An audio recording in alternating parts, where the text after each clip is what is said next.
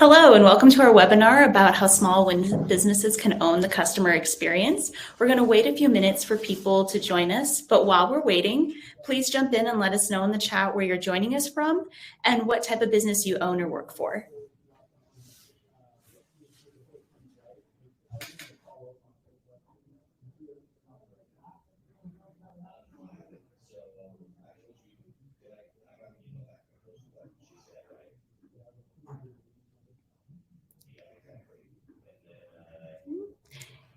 Hello, everyone. Welcome to our webinar about how top small businesses can win and own the customer experience. As we get started here, please jump in and let us know where you're joining us from and what business you own or are a part of or work for. My name is Angelica Lopez. I'm the product marketing manager here at Swell. I also have Casey on here from our team who will be moderating the polls and the chats that we will be discussing today. I'll be our presenter, but really we want to hear from you and your perspectives. And to that point, we really value your input, and we will be giving out an Apple Watch to whoever is most engaged in our conversation today, whether that's leaving comments, asking questions, responding to the poll, responding to other conversations that are in the chat. We're super excited to have you here, and we want to be able to exchange the best practices that all of you have figured out on your own and that we can share with each other to truly get the most out of the discussion that we're going to have today. So please participate as much as possible in the chat. Also, we'll have a Q and answer session at the end, so please stay tuned for that. We're excited to have everyone here. Okay, so also just one more housekeeping item. Here's our Let's Chat slide. Anytime that you see this throughout the presentation, it's really us just inviting you to have a discussion in the chat, and we'll start out with our first question. When it comes to customer experience, which brands are worth learning from and why? When I think of brands, I think of larger companies, and I feel like there's principles that we can apply from them into our businesses. But truthfully, there's all kinds of examples, whether big or small.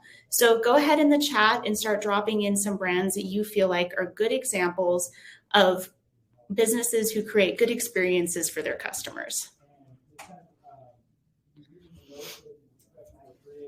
I'll give a few moments for people to message in.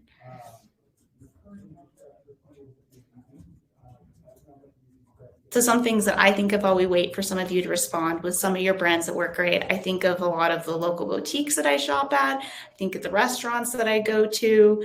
Also, I really like it that I can schedule appointments for my groomers through their app, which makes it really easy for me to schedule the appointments for my dog. Awesome, great. Toyota. It's a great example of reliability, a good brand that people recognize and know that they're going to get some type of quality from that. Great example. Anyone else have any thoughts they'd want to share before we move on? Okay, I think we'll move on from this point. And so we're going to start our first poll, which we would love for you to participate in. Oh, great. Someone from said Home Depot as well. Super helpful in person. I know someone that really appreciates that as well. Trader Joe's, yes, I am someone who really loves all the frozen food options. Great point. Also, I love the sounds that the credit card machines make around Thanksgiving when it does the turkey gobble. So all those little nice touch points. Awesome. All right, we're going to go ahead and start the poll. If some of you could just go ahead and start answering, how much do you know about customer experience? We kind of want to gauge where everyone's at in this discussion. So please go in and complete the poll and let us know how familiar you are with the customer experience. It's okay if this is your first time really learn about what customer experience is, or if you feel like you're a seasoned veteran. So go ahead and leave us some responses in the poll.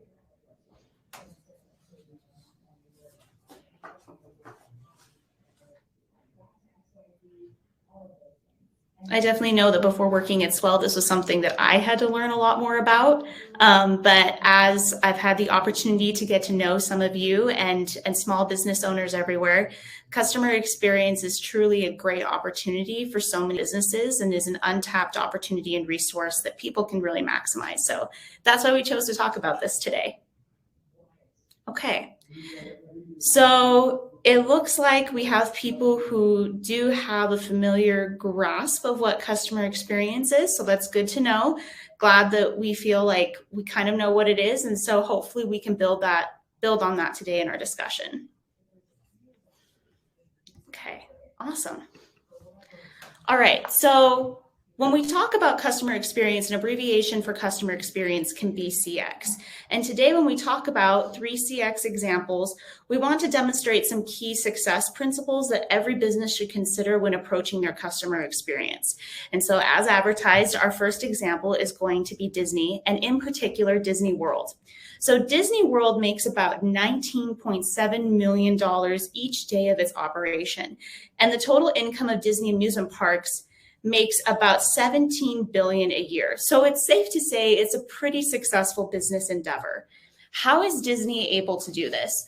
Well, truthfully, it really comes down to the fact that they are selling the magic of the moment when going into one of their parks. They're celebrating the feelings of nostalgia and wonder that we all have from the Disney stories. But in order to do that, Disney proactively seeks out ways to create this whole and complete experience. One of the ways they do that is through their Utilidor. It's an underground system of tunnels that basically supports the backstage production of the Disney World experience. And so this has all the different character transportation vehicles that can take one character from one part of the park and make them only pop up in the area they belong in, the costuming, as well as any emergency services, and also the garbage. Instead of seeing workers carry dirty, smelly, gross garbage throughout the park, that would really detract from the magic. And so Disney has all the garbage taken down below where it's out of sight and no one has to see it or smell it. Same thing about the employee daily budget that enables each of the cast members to make the day a little bit better for a guest who may have had a bad experience. I saw this for myself when I went to Disney World last year. I was at Woody's lunchbox and I saw a little girl drop her slushie, and I saw one of the cast members come running over and say, "Please don't cry. Andy's mom doesn't want anyone to be sad today. We'll get you a new slushie and we'll get it in the galactic mug," or whatever the exact thing is. The point is that the mug lit up and the girl was super excited. And so I think that little girl probably doesn't really remember so much as dropping her slushie is that she got a great, awesome, flashing mug. And so Disney was able to really identify and seek ways to enable their employees to make a cohesive and better experience for their customers. And so Disney is able to proactively seek out customer expectations, and that's kind of our first point we want to bring up here. The research shows that businesses, according to this Salesforce survey, say that respondents expect companies to understand the unique needs and expectations.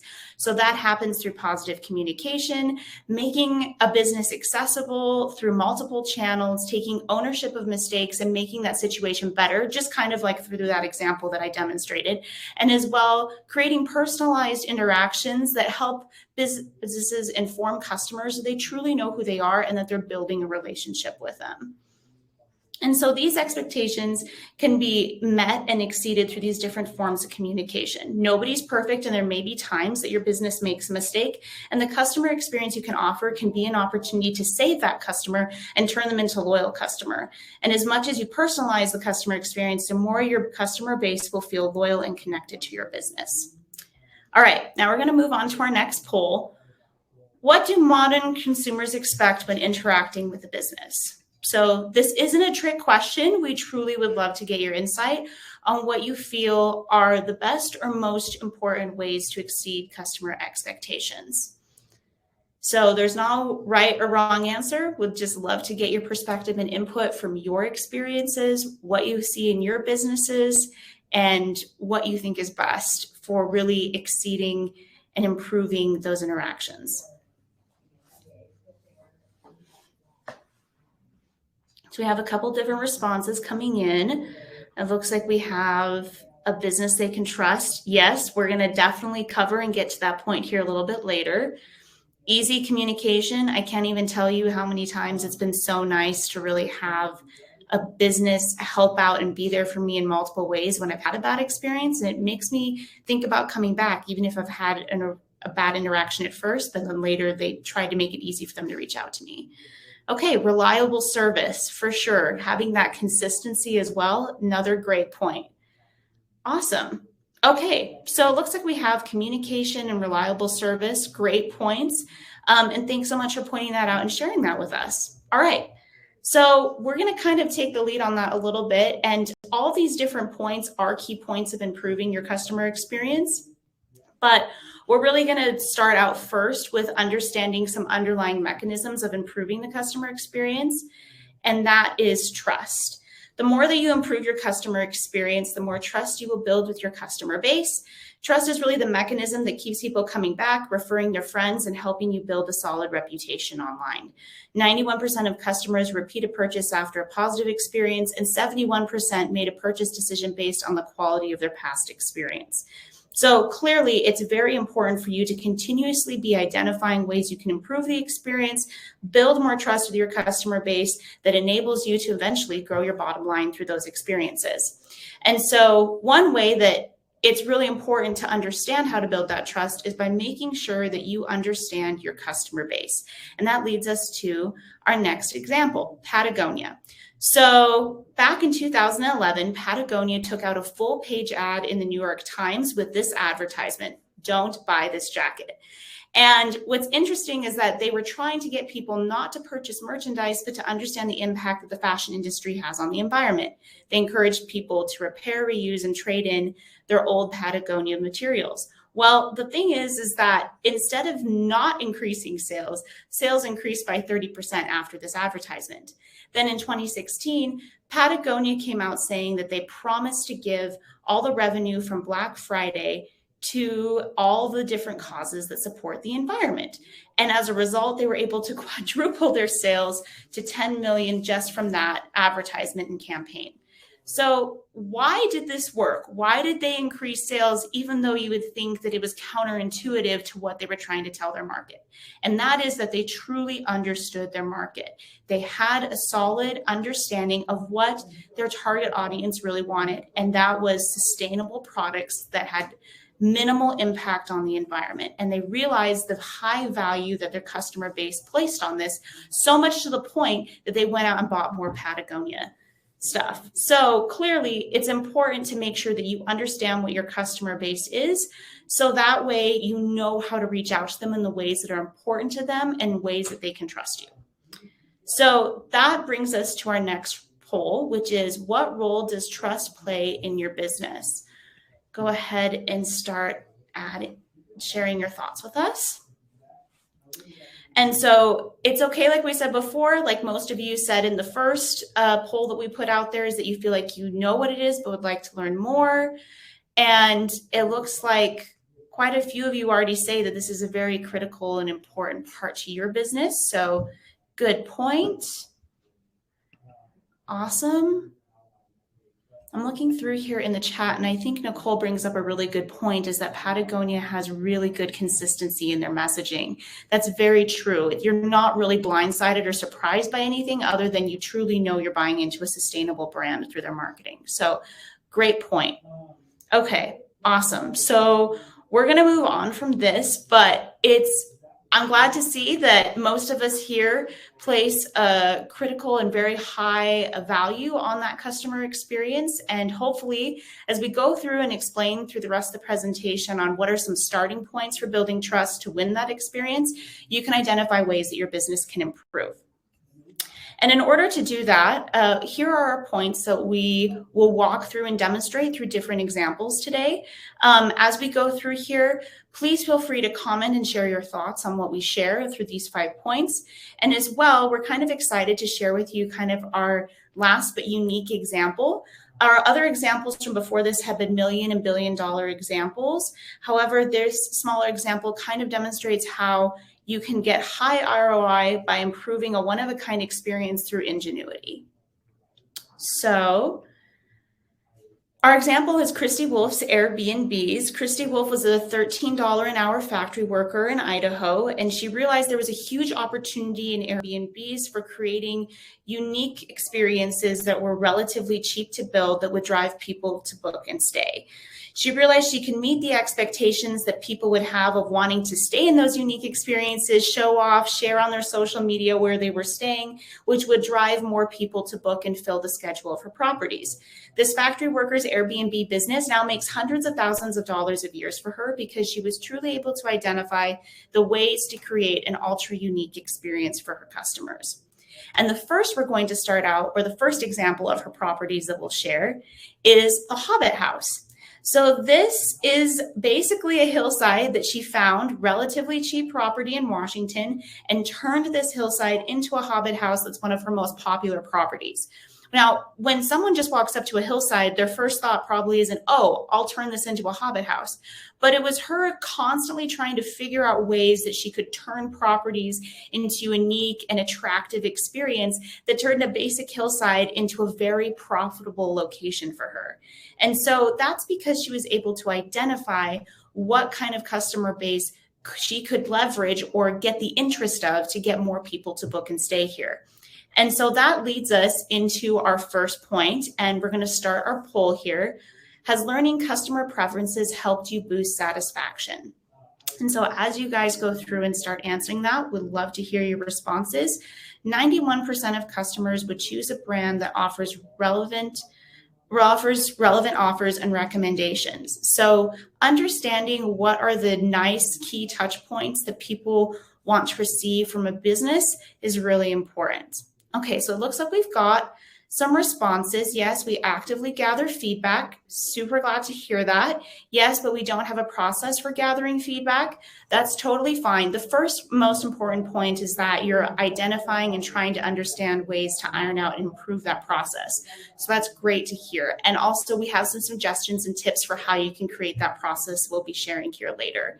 And continuously always gathering feedback, your customers can become one of your most important advocates for your other customers by identifying what they need. So thank you so much for participating in that. All right. So the next point that we're going to talk about is personalized interactions. So personalized interactions are really important because it makes you go from just strictly a transaction with a customer to an honest and trustworthy relationship that you can have with your customer base. 71% of customers expect personalized interactions. So personalizing that experience is no longer just a nice to have feature of your business. It's now the expectation and standard. So identifying as many different ways as possible to use people's names, make references or preferences in an account, do individual outreach, they really do go a long way. And according to some research, when someone has a positive experience, they're 4 times more likely to share that experience or that successful customer experience with other potential customers. So something else to keep in mind as well. All right. So when we talk about understanding the personalized experience, we have probably our most unique Christy Wolf property that we want to share. This is the giant potato. It's obviously located in Idaho. She found this very cheap piece of land and this huge potato from a potato advertisement on the back of a semi truck. And it has a cute little silo bathroom that's next to it. But for people who are going for a highly potato Idaho experience, I mean, it doesn't get more iconic than a giant potato. And so I think it's really important to point out here that you can really play around with the expectations and experiences your customers have to create an experience that's really memorable, that people enjoy and want to talk about. And one of the ways of doing that is to our next point, be accessible and lower friction. 44% of respondents to a survey said that every company should offer multiple options for reaching customer service. And I think I mentioned this briefly here before, but I think of times when I've had a negative experience with a business and then they reach out to me or make it super easy for me to get whatever I'm having an issue with clarified or fixed is awesome. So making yourself very available and accessible really truly goes a long way. Rather than them thinking, wow, I can never get a hold of them, they're thinking, oh, this is just so much easier. I can solve it this way. Whatever that may be, through online chat, email, social media, or through phone support. Okay. So when it comes to addressing that friction, Christy Wolf, in a different way, Hawaii is a very expensive destination for travel, but many people want to go there. And so she was able to identify kind of a more affordable way to get vacation properties. And so, or vacation property in Hawaii. So she bought a relatively cheap piece of land on the rainy side of the island, and then was able to renovate this home and make it more fun and exciting and a great experience overall. Okay, so I realized that I missed 2 comments from Nicole, which I want to respond to. When you say personalized, you mean using your name in an email or actually personalizing each email? So I'm not just to kind of zoom out from that question for a second, I'm not just talking about email, any type of communication. So email could be one way, but as many different ways as possible that you can identify who they are, what need or service you're trying to address for them is really important. So whether, yes, through email, through text message, messaging apps you might be using, that's super important. The next question is, what's the balance of making yourself accessible to a customer, but also keeping down the cost to serve? That's a great question. I think that all comes back down to process and identifying what tools that you can leverage to make things simpler and also more intuitive for your customers. So for example, you may have a website. A website's meant to kind of be like the virtual storefront of your store. You don't have time to go and meet every prospective customer out there, but having a highly effective and optimized website makes it easier for you to understand and process what kind of prospects you have out there, kind of is the first front line of people understanding more about your business. I think it's about 90% of prospective customers learn about a business online. And so a website is just, or an optimized website is just one example of a way that you can identify processes to manage that balance of customization, optimization, and as well saving time and money and resources. So hopefully that was able to answer your question there. Great question. And if anyone has any else, please feel free to drop them in the chat. Okay. So our next point is reach out in the right amount in the right ways. And we're going to start this poll. What outreach has resonated with your customers? And so it's every customer base is different. Every business is different. So you're going to know what's best for engaging and working with your customers. And I'm kind of interested in knowing kind of what your thoughts are in this audience. So please go in and start sharing your thoughts as well. But would love to know what channels or methods or ways of reaching out your office has found to be successful. And so that may depend whether you're a mechanic and sending a text message reminder of an appointment, or it could be sending out forms ahead of time or emails with a lot of detailed information, whatever works best for your business. Okay, so this is interesting. I'm seeing that we kind of have a split right now between text message and email. That actually makes quite a bit of sense. That's something that we've noticed in our research as well, as those have been 2 kind of really big main ways of people reaching out. Oh, phone call has a vote. Okay, awesome. Great. We'll be talking a little bit later in this about what channels can be best or be utilized for reaching out to your customer base. So thank you so much for participating in that. But text message actually is really unique. It's one of the few channels where like over 90% of text messages are opened within like the first 3 to 5 minutes. So communication through text message is really great. Email is never going away. And phone calls. I mean, every business needs to have a phone number or some way that people can quickly get in contact with your staff. So great questions, great points. Reaching out in the right ways and in the right amount of ways are super intuitive and helpful to make things easier for your customers and also easier for your staff. That way you have a more positive overall experience with people getting the context information they may need for your goods and services and readily available. And going back to what I talked about before, it's really important to make sure that you have those touch points in place and have multiple ways that people can reach out to you. And so going to that point, it's important to understand what is it that truly your customers are looking for. And so this is kind of the last option or the last example that we're going to share, but kind of more the unique, fun experience. So this is a watchtower that Christy Wolf put in the forest in the Pacific Northwest. It's a property that was very cheap. She found this old watchtower and restored it. And now guests have to go in and hike in to stay at this watchtower, but it's like a full fun, immersive forest experience that she was able to identify. There's probably going to be some hikers that want to go and have this experience, and it's one of her most popular properties. So making sure that you are reaching out to people in the ways that they want to, and also taking the time to make sure to see if those processes are being successful, which leads us to our last point, which is seek feedback. So go ahead and share with us in the chat, has customer or use it patient feedback helped your business, and how? We would love to see some examples or some thoughts that you have on how feedback has been helpful. So while people start responding, we'd love to see your thoughts. Companies that emphasize building a channel for customer feedback can have their Net Promoter Score go up by 10 to 25 points in just 1 year. For those of you who don't know what a Net Promoter Score is a simple survey that measures customer satisfaction. Sorry about that.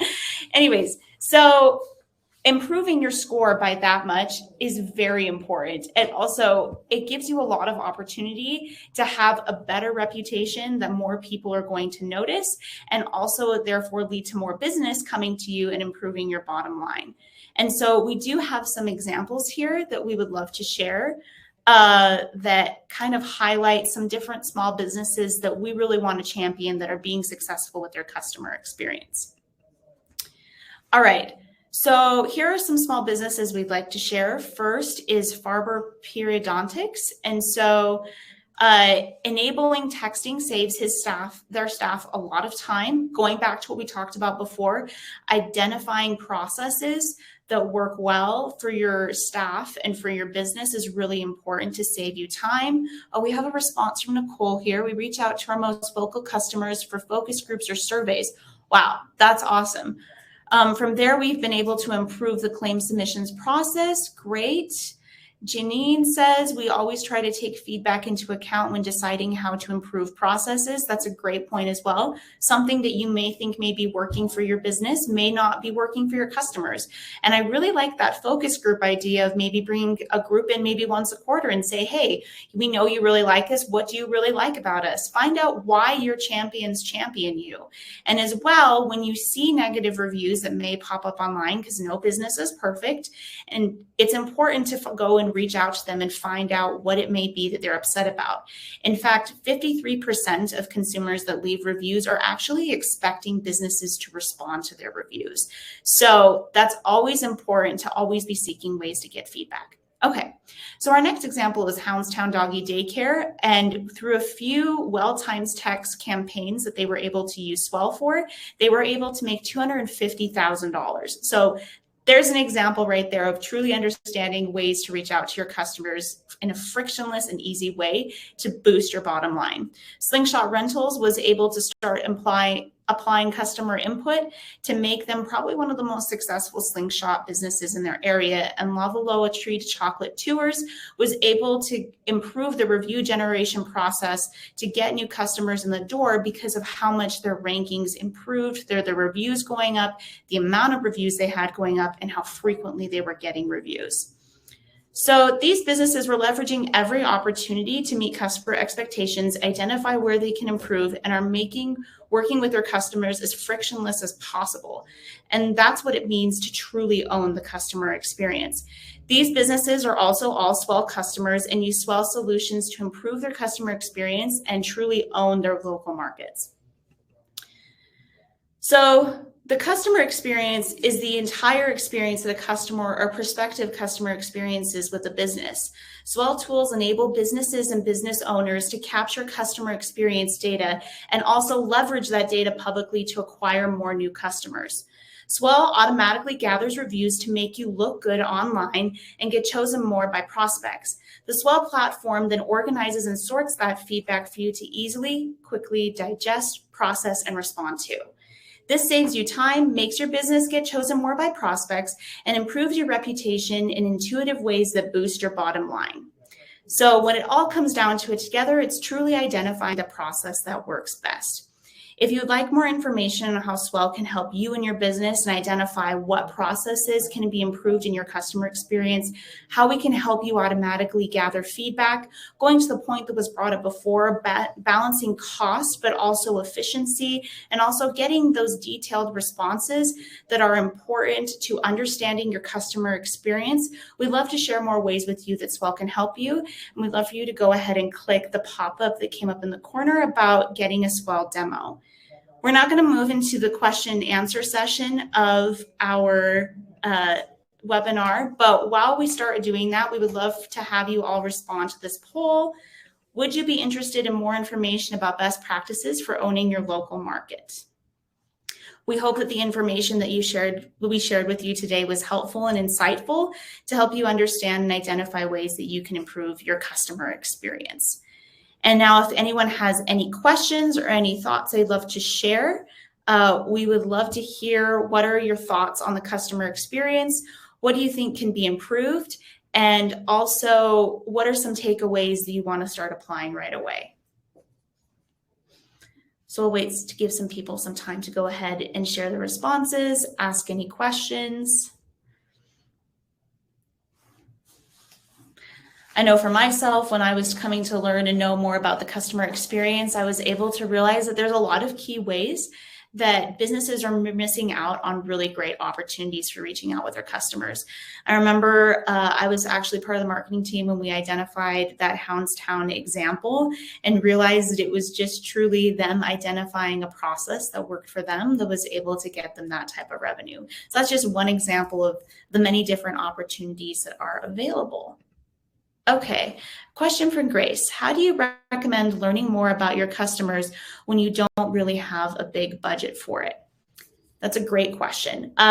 First and foremost, I think I would recommend that you go to your Google My Business listing and start seeing what people are already saying about you online. It's also what people see at your storefront. It's your virtual storefront right away. And so creating or making sure that people have a good first impression of you could be a good start to understanding what people actually think about your business and what their thoughts on with their experiences. Another point that I mentioned a little bit before was also identifying what makes your champions champion you and taking the insight that they provide and really enabling that part of your business to be leveraged to its maximum capacity to attract more new customers coming in. Maybe it's truly that you have a really friendly front office staff. And so making sure that those people get recognized so that they're encouraged to continue to do that. Maybe it's that people really like all the different channels or ways that you can reach out to them. So maybe identifying how you can optimize that, or figuring out what's maybe not working or maybe broken and identifying a process to overcome whatever that may be in your customer experience, because a negative experience is truly losing money for your business. Okay, so what are your thoughts on affiliate sites that host ratings or reviews since they're pay to play? I personally believe, and I think this is more of the belief here at Swell, is that reviews are genuinely meant to truly highlight the businesses that are doing well. And you guys are all really out there in the trenches, doing the daily grind, going through and identifying ways to make your business own the local market. And so truthfully, we really are all about the organic, real, and raw reviews, because that genuineness and that realness that comes with the reviews that aren't pay to play, but are more of people giving their honest feedback and opinion, that isn't filtered, that isn't gated. It's an honest window into the perspective that you need to understand about your business and also what prospective customers are looking for in your business. For example, 5-star reviews are actually considered to be less credible than a 4.5-star review. So of course, 5 stars are great, but 4.5 are considered more believable. And that's because people are looking to reviews to be more genuine and real. Do you think customers know the difference? I would say 100% yes.